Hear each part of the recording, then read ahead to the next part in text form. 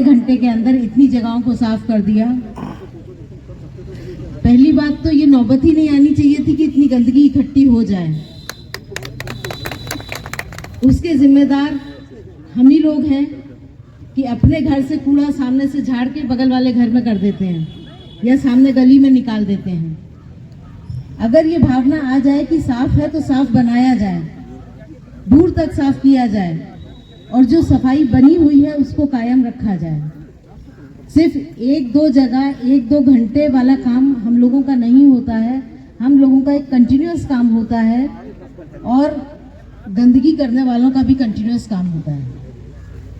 सब्जी के छिलके रोज ही निकलेंगे, बिना छीले तो नहीं खाएंगे।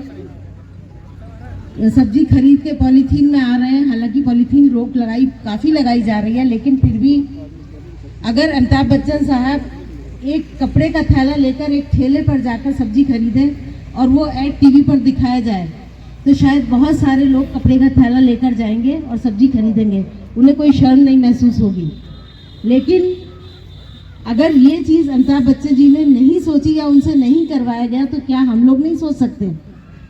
कितनी बार जूट के बैग्स दिए गए हैं अलग अलग प्रोग्राम्स में लोगों को, उनका ही इस्तेमाल कर दिया जाए।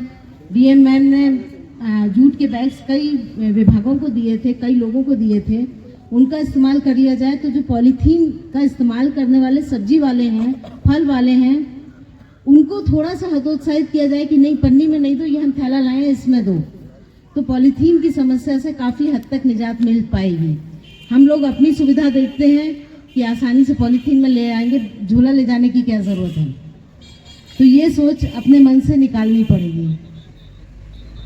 सफाई को सफाई बना के रखना पड़ेगा, जैसा कि पिछले 2-3 दिन में हुआ है। आने वाले दिनों में भी यही काम किया जाएगा और उसको साफ बनाए रखना हमारा काम है। थोड़ी अलग सी बात है, एक बार एक एक्ट्रेस से पूछा गया जो काफ़ी एजेड हैं कि आप अपने आप को इतना खूबसूरत कैसे बनाए हुए हैं।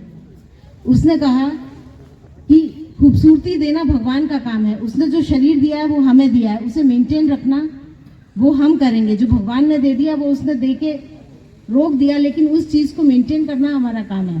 बिल्कुल इसी तरह अगर हमारे सफाई कर्मी सफाई करके जा रहे हैं तो उस सफाई को मेंटेन करना हमारा काम है। इसी तरह से हम लोग सफाई को बना के रख सकेंगे। जिस तरह से आपने सुना होगा कि इंदौर में एक डीएम थे जो खुद सुबह निकलते थे और किसी भी पार्क में कहीं भी कोई गंदगी होती थी वो उठाते थे तो बाकी लोग भी वहाँ की गंदगी को उठा के साफ करके डस्टबिन में डाल देते थे। हमारे यहाँ के बहुत सारे आइडियल्स हैं, बहुत बड़े लोग हैं यहाँ पर, ऐसे ऐसे अधिकारीगण, नेतागण, सोसाइटी के जाने माने लोग। अगर वो लोग अपने अपने इलाके में ही मॉर्निंग वॉक पे देख लें कि भाई ये गंदगी क्यों हो रही है, इसको साफ कर दिया जाए या होने ना दिया जाए तो कितना अच्छा हो। अभी तो लखनऊ से कंपैरिजन करने की बात हो रही थी, लेकिन बाकी वो दिन दूर नहीं होगा अगर हम लोगों की सोच ऐसी हो जाएगी कि इंदौर से गोंडा को कंपेयर किया जाए। शुरू में जब मैं आई थी और अम्बेडकर चौराहे पे बाउंड्री वॉल पे थोड़ी सी पेंटिंग हुई थी, उस समय सिटी मजिस्ट्रेट साहब थे, उन्होंने एक सेल्फी पॉइंट भी बस अड्डे के पास बनवाया था।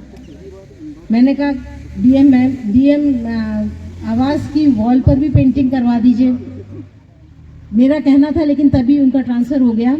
लेकिन उसके बाद डीएम मैम ने खुद वो मुहिम उठाई कि पूरी मेन रोड पे दोनों वॉल्स को और उसके अलावा भी ना केवल अच्छे से पेंट करवाया बल्कि बहुत खूबसूरत कलाकृतियों से अलंकृत भी किया। तो ये एक सोच होती है कि आप अपने घर को देखिए, लेकिन अपने आसपास जहाँ तक आपकी नज़र जा रही है वहाँ तक खूबसूरती ही देखिए। हम लोग पहाड़ पे जाते हैं, पहाड़ की चोटियों को देखते हैं और खुश होते हैं, लेकिन वहीं खाई में पड़ी हुई कोल्ड ड्रिंक की बॉटल्स, पॉलीथीन, चिप्स के पैकेट्स, ये सब पड़े होते हैं तो नज़दीक में बहुत गंदगी नज़र आती है। हमें दूर तक सफाई रखनी है, जहाँ तक आपकी नज़र जा रही है। जहाँ सफाई है वहाँ स्वास्थ्य है और जहाँ स्वास्थ्य है वहाँ सब कुछ है। Thank you very much.